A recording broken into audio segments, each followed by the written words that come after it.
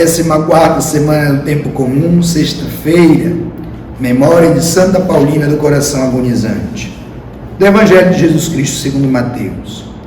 Naquele tempo disse Jesus a seus discípulos: Eis que vos envio como ovelhas no meio de lobos. Sede, portanto, prudentes como as serpentes e simples como as pombas. Cuidado com os homens, porque eles vos entregarão aos tribunais e vos açoitarão nas sinagogas.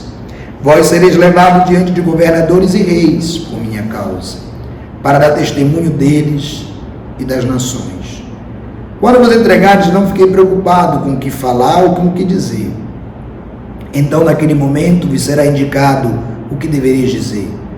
Com efeito, não sereis vós que havereis de falar, mas sim o Espírito do vosso Pai, que falará através de vós. O irmão entregará à morte o próprio irmão, o pai entregará o filho, e o filho levantará-se contra os pais, e os matarão.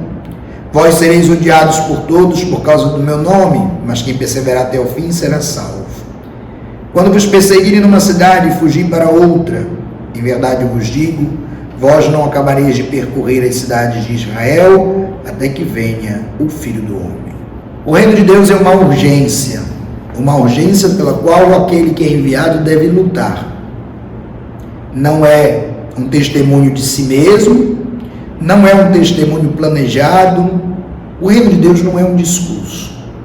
Por isso Jesus diz, a defesa não é feita por vocês, é feita pelo Pai, o Espírito do Pai, então vos defenderá. Este testemunho, do qual os discípulos são responsáveis, serão confirmados pelos sinais, nos diz o Evangelho de Mateus. Os sinais acompanharão aqueles que creem. O desafio, meus irmãos e minhas irmãs, é permanecer fiel ao Evangelho de Jesus, permanecer fiel ao envio que Ele nos fez. A palavra que Ele nos deu, então, transforma a nossa vida e nos dá a graça desta fidelidade. A promessa de Jesus mostra a graça da urgência do reino. Vocês não percorrerão todas as cidades até que então esse reino se cumpra. O reino de Deus é com urgência. O reino de Deus é cada vez mais implantado quando a palavra dele transforma o coração de alguém. Sejamos, meus irmãos, fiéis anunciadores desse reino e que jamais qualquer perseguição, qualquer coisa dita de nós, nos faça desistir de proclamar com alegria o amor misericordioso de Deus. Oremos.